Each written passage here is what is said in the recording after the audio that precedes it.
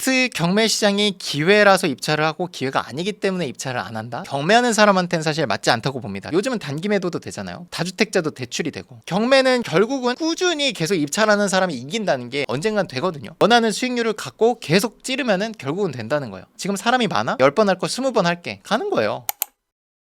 안녕하십니까. 안녕하세요. 오늘 주제는 말이죠. 아파트 경매가 너무 경쟁률이 높다 이런 얘기를 했었는데 뉴스는 또 정반대로 나오는 것 같단 말이에요. 네. 이거 같이 한번 보면 좋겠다 싶어서 주제를 가지고 와봤습니다. 좋습니다. 11년 만에 공동주택 경매 최다다. 경쟁률이 되게 높아지고 있다고 하는 중인데 물건은 또 다시 많아진다 그러고. 보통 모르시는 분들은 경매 넘어가면 바로 내일 모레 입찰하시는 줄 아는데 넘어간다라고 하고 짧게는 반년, 길게는 1년 이상 걸리기도 합니다. 경매로 넘어간 그 집에 대해서 뭐 감정평가도 해야 되고 채권자들한테 서류도 보내야 되고 돈 받아야 될 사람들 다 접수도 받아야 되고 그런 배당 기일이라든지 이런 기한을 주거든요. 그런 것들이 다 정리되는 시간이 보통 4개월 정도 걸려요. 그러고 나서 이제 신건부터 입찰을 하겠죠. 또 한 달이 지나야 유찰이 되고 어떻게 보면 이제 시점 차가 있는 거죠. 자, 그러면 우리는 지금 물건이 많이 나오고 있다. 이 뉴스들을 보면서 이게 뭐 거짓말은 아닐 거잖아요. 내일 모레 당장 많이 나온다는 게 아니라 준비가 돼 있어야 되는 거죠. 지금 이렇게 뉴스가 나오면 한 6개월 이후부터 많이 나올 거니까 그래봤자 올해 말입니다. 금리가 올라가면서 계속적으로 이제 경매 물건이 많이 나오고는 있는데 시점이 6개월 이후로 지속이 되다 보니까 많이 나왔다가 지금 사람이 좀 더 많아졌어요. 아파트 입찰 경쟁이 저희 처제가 하고 있으니까 체감을 하는 게 사람이 많아졌어요. 그러다가 올해 초 들어서 어떻게 보면 이제 금리가 낮아질 거를 기대하고 많은 투자자들이 또 버티기를 했었거든요. 그런 기조가 조금 다시 한번 시들해졌거든요. 우리나라 입장에서도 갑자기 이거를 낮추기는 쉽지 않거든요. 그렇기 때문에 한동안 이제 버티셨던 분들이 높은 금리가 지속될 거라는 게 보이기 때문에 경매 물건이 지금도 많이 나오고 있지만 앞으로는 더 나오지 않을까 생각을 합니다. 목까지 차 있는 집주인들이 되게 많아요. 이 목까지 찬 거를 왜 버티냐? 기준금리 낮아지는 걸 좀 기다리면서 버텼던 거거든요. 24년인 지금도 22 타격 물건이 아직도 정리 안 된 것들이 많아요. 이 물건이 나온 거는 22년입니다. 근데 지금 아직도 경매로 낙찰조차 되지 않았다는 거예요. 2년이 지났는데. 유찰이 한번 된 게 2023년 8월이거든요. 그럼 이 물건이 과연 경매로 언제 접수가 됐는지를 보면 되겠죠. 그거는 등기부에 나오죠. 경매 기입 등기라는 게 들어가요. 경매 넘어간 집은 임대차 계약이라든지 이런 거를 이제 방지하고자 경매 넘어간 집에 잘못 임대차 계약했다 돈 날리면 안 되잖아요. 그래서 등기부에 국가에서 기재를 해줍니다. 이 집은 경매 넘어간 집이니까 조심해서 계약을 해라. 하지 말라는 거죠. 조심하라는 게 아니라. 경매 기입 등기가 22년 6월 3일 날 기재가 됩니다. 그리고 유찰돼서 입찰할 수 있는 타이밍까지는 23년 8월 11일 1년하고도 2개월이 지나요. 그러니까 지금 뉴스로 나오는 것들은 뭐겠어요? 낙찰이 가능한 유찰된 가격이 아니라 경매 기입 등기, 등기부 등본에 경매 넘어간 집이다라고 기재되는 걸 기준으로 말을 하고 있기 때문에 실제로 우리가 입찰하는 물건과는 시간 차이가 최소 6개월에서 1년 정도는 있다라는 겁니다.